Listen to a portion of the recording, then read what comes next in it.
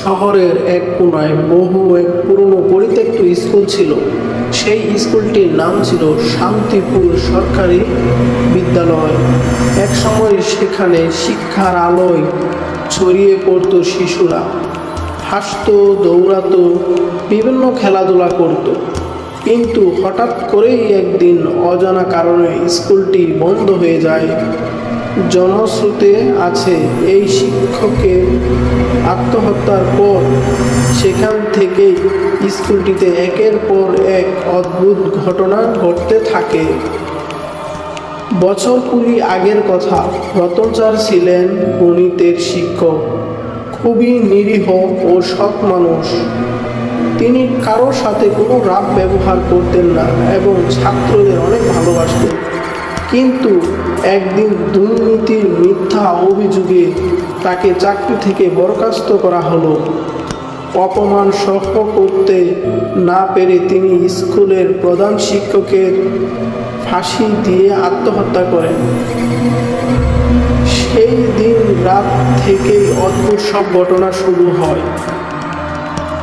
প্রত্যক্ষদর্শীদের মতে রাত হলে প্রধান শিক্ষকের কক্ষ থেকে চাপা কণ্ঠে কারো কান্নার আওয়াজ ভেসে আসে।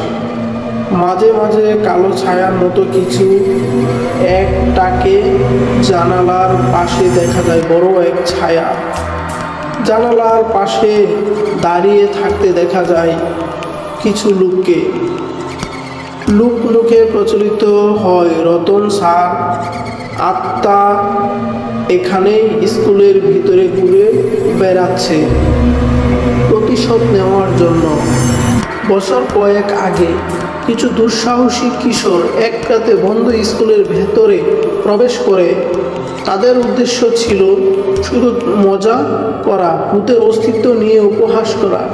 কিন্তু গভীর রাতে তাদের একজন হঠাৎ আতঙ্কে চিৎকার করে ওঠে। বন্ধুরা তাকিয়ে দেখে সে আকাশের দিকে তাকিয়ে ফাঁসিতে ঝুলছে, অথচ কেউই তাকে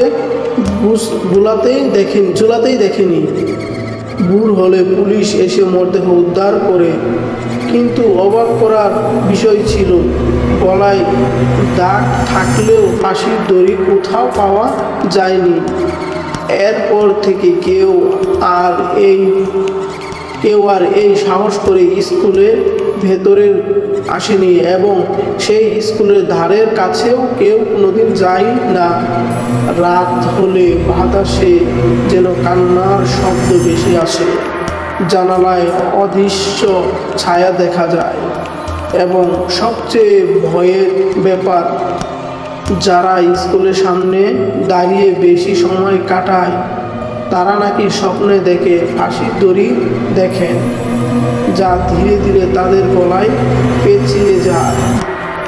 তাই আজও শান্তিপুর সরকারি বিদ্যালয় একটি অভিশপ্ত জায়গা হয়ে আছে, যেখানে একেবারে প্রবেশ করলেই না ফেরত দেশে চলে যায়। তাই সাহস করে আর কেউ সেখানে যায় না।